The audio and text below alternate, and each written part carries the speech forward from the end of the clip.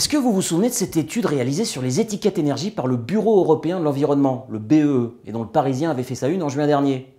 À en croire l'étude en question, la consommation d'énergie des appareils électroménagers telle qu'affichée sur l'étiquette réglementaire n'était pas toujours en rapport avec la consommation réelle. En somme, l'étiquette n'était pas forcément représentative. Alors j'ai eu l'occasion d'en discuter ces derniers mois avec quelques industriels et distributeurs concernés par cette étude, et certains ont émis quelques doutes quant à sa pertinence. Ça valait bien un petit décryptage, non?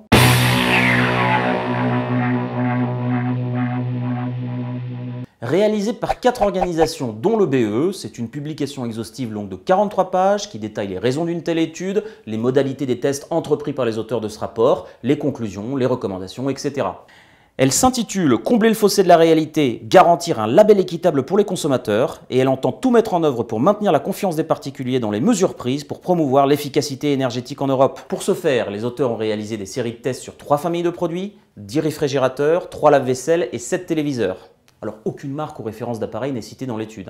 La raison invoquée est qu'une seule unité par modèle a été testée et que donc les résultats ne doivent être considérés qu'à titre indicatif. Les appareils ont été testés selon les normes européennes en vigueur et selon un autre scénario établi par les auteurs du rapport qui selon eux est plus conforme aux conditions réelles d'usage.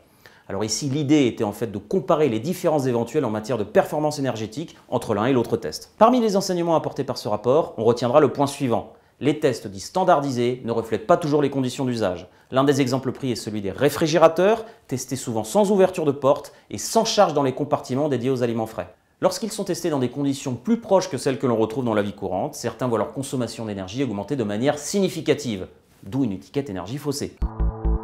Le 21 juin, le Parisien consacre sa une et sa double d'ouverture à ce dossier.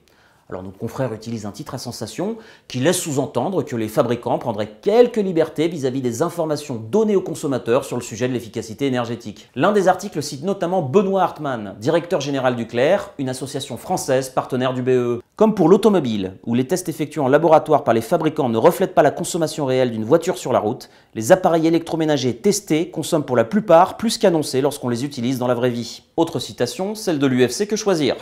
Après le scandale sur les tests de pollution des automobiles, les consommateurs sont de plus en plus méfiants vis-à-vis des industriels. L'UFC appelle dans ce même article à mettre en place des procédures de contrôle transparentes sur les allégations des performances énergétiques des fabricants. Suite à ces déclarations, notre confrère s'interroge sur la possibilité de voir se produire, après le Dieselgate, un Frigogate. Nous avons demandé au GIFAM, le groupement interprofessionnel des fabricants d'appareils d'équipement ménager, sa position vis-à-vis de cette étude, et sa position, la voici. L'étude du BEE a comparé des consommations selon les normes européennes et selon les scénarios établis par ses soins, ce qui n'est pas forcément pertinent. La norme européenne, même si elle n'est pas parfaite, a pour objectif de constituer un élément de comparaison entre les appareils. Son but n'est pas de refléter ce qui se passe dans la réalité. En somme, on compare un petit peu des choux et des carottes. Deuxième point. Les normes évoluent constamment et le GIFAM n'est pas hostile à ce qu'elles continuent d'évoluer pour être plus proches des usages des consommateurs ou d'une certaine réalité, mais il souhaite que ces normes permettent des tests de manière répétable et reproductible, quel que soit le lieu. Le Conseil européen de la construction d'électrodomestiques, le CCED, dont le GIFAM est un acteur majeur, organise depuis plusieurs mois des réunions de travail avec les ONG et les associations de consommateurs pour leur montrer en laboratoire comment on procède aux tests et pour discuter avec eux de la pertinence de ces derniers. Donc selon le GIFAM, chacun est en droit de s'exprimer. Et c'est la raison pour laquelle, d'après nos informations, certaines personnes se sont un peu émues à la publication de ce rapport, dans la mesure où le BEE ne s'était jamais auparavant exprimé sur la question.